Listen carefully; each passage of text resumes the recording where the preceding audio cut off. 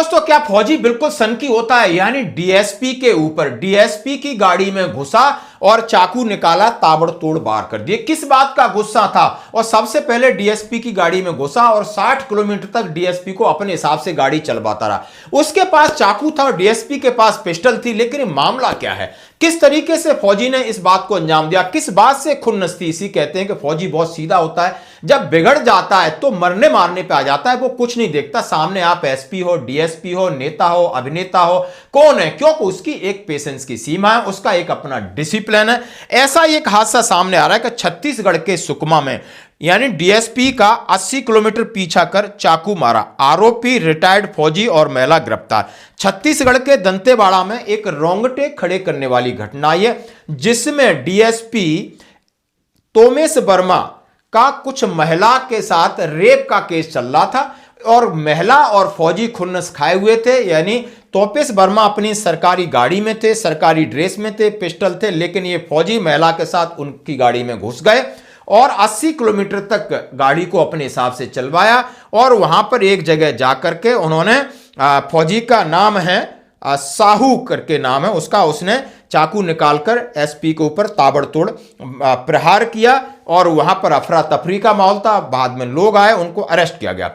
अब ये कह रहे हैं रेप यानी बलात्कार की आरोपों से जुड़ा कुछ रंजिश का मामला था और ये कहा जा रहा है कि ये मामला बहुत पुराना था और एसपी था, उसने उसके ऊपर बलात्कार किया था, कोई महिला दोस्त या उसका कोई रिश्तेदार का, और अधिकारी था, उसने उस मामले को रफा दफा कर दिया। लेकिन ये बात फौजी और उस महिला को हजम नहीं आई तो बदला लेने के लिए उन्होंने ऐसा किया।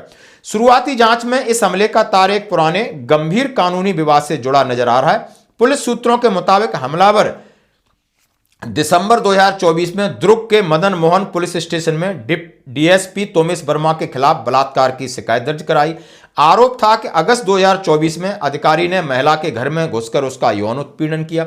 यह मामला फिलहाल कोर्ट में विचाराधीन है। माना जा रहा है कि इस रंजिश के चलते आरोपियों ने इस खौफनाक साजिश को अंजाम दिया।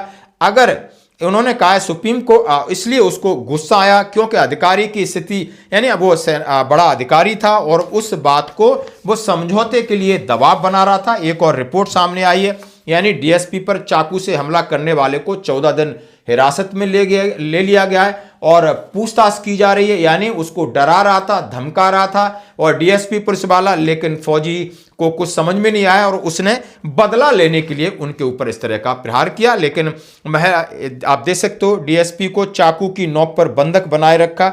मामला पुरानी रंजिश था और उसके बाद वो आराम से पुलिस के हिरासत में चला गया है। अब आखिर आगे क्या है कानूनी प्रक्रिया, उसकी बात नहीं, लेकिन लोग कह रहे हैं कि फौजी है, सनकी है, कुछ भी कर सकते हैं। तो ये बात बिल्कुल सत्य है। यानी आपके पास पावर है, आपके पास अधिकारी हैं, आपके पास बहुत बड़े सितारे लगे हैं, आप किसी का बलात्कार का आरोप है आपके ऊपर, लेकिन आपने कंप्रोमाइज करने की कोशिश की, किसी को दबाने की कोशिश की, लेकिन मरता क्या नहीं करता, लगता है ऐसी कोई स्थिति बनी है। लेकिन ये जांच का विषय, हम पूरी तरीके से जो अखबार जो पेपर में आ रहा है उसमें कहा गया है तो फौजी है, तो फौजी की मानसिकता कैसी होती है ये लोगों को समझ में आ जाना चाहिए। वो कभी गलती नहीं करता है, ये तो गलती जबरदस्ती इसके ऊपर थोपी जाएगी तो फिर वो डू एंड डाई की स्थिति में भी आता है। ये है इसका प्रमाण। धन्यवाद।